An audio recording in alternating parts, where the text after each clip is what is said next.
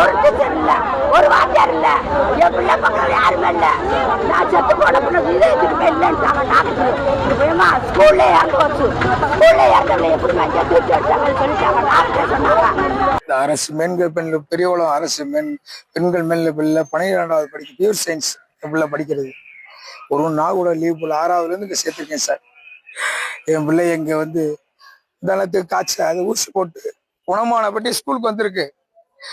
குணமான பிள்ளை மதியம் சாப்பிட்டு ஒரு சின்ன அந்த காய்ச்சலும் ஒரு பிக்ஸ் மாதிரி வந்திருக்கு. இவங்க சரி பண்ணி உட்கார வச்சு மறுபடியும் பாடம் நடத்திருக்காங்க.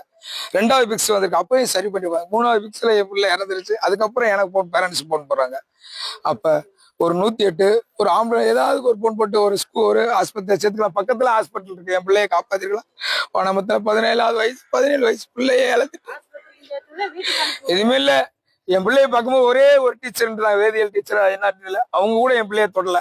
அப்ப நான் தாழ்த்தப்பட்ட ஜாதியில பிறந்தனால தொடலையா? எச்சமும் இல்ல, இது வரைக்கும் இல்ல. நான் இன்னும் 1 மணி நேரம் இங்க போராடிட்டு இருக்கேன். இந்த கச்சம் என்னைய வந்து பாக்கல. அப்ப நான் தாழ்த்தப்பட்ட ஜாதியில என் பிள்ளை தாழ்த்தப்பட்டனால என் பிள்ளைய தொடலையா? என் பிள்ளைக்கு தண்ணி கொடுக்க முடியலையா?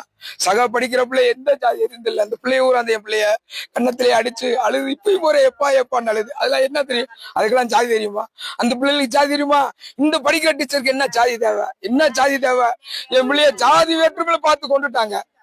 1 மணி நேரத்துக்கு முன்னாடி போட்டா என் பிள்ளைய நான் காப்பாத்திருப்பேன். அப்ப என் பிள்ளைய தொடாத இந்த ஆசிரியரை மாத்திரேன், இந்த வகுப்பு தலைமை ஆசிரியரை மாத்திரேன். இங்க முறைகேடு நடக்குது. என் பிள்ளைய இழந்துட்டு என் பிள்ளை போயிடுச்சு. நீங்க போனீங்கன்னா சக படிக்கிற பிள்ளைய போய் இதே வாக்குமூலம் கொடுக்க 2-3 மணி நேரம் அந்த பிள்ளைய வச்சு போராடி இருக்காங்க. எந்த வகுப்பு ஆசிரியர் அந்த பிள்ளைய தொடல, எந்த ஆசிரியர் தலைமை ஆசிரியர் எந்த ஆசிரியரும் தொடல. 3 மணி நேரம் தொடல. 3 மணி நேரம் கழிச்சு எனக்கு போன் போடுறாங்க. நான் 5 நிமிஷங்க வந்துட்டேன். வந்து அப்பயே பிள்ளை போயிடுச்சு. கைகெல்லாம் பாக்குறேன், இறந்து வச்சு வாய் போகாது. நான் ஆட்டா கூப்பிட்டு நான் எப்படி உயிருக்கு காப்பாத்தலான்னு இல்லைன்னா பிரச்சனை ஒண்ணா? என் பிள்ளை வயசானவளையா, வயசு போனவளையா போயிட்டு நினைக்க எப்படி காப்பாத்தலான்னு எண்ணத்துலதான் ஆட்டோ பிடிச்சி நான் தூக்கிட்டு போனேன். ஆஸ்பத்திரியில போனே இதே திருப்பு நின்று வட்டி கூட்டு வந்துட்டு சொல்லிட்டாங்க. பெரிய ஆஸ்பத்திரி அங்கேயே உயிர் போச்சுன்னு சொல்லிட்டாங்க. இவங்க 3 மணி நேரம் வச்சு போறானதுக்கு காரணம் என்னன்னு எனக்கு தெரிஞ்சானு சார். வேற ஒண்ணும் இல்ல. 3 மணி நேரம் என் பொண்ணை வச்சு போறான்னு என்ன முதலுதவி கொடுத்து போறான்னீங்க?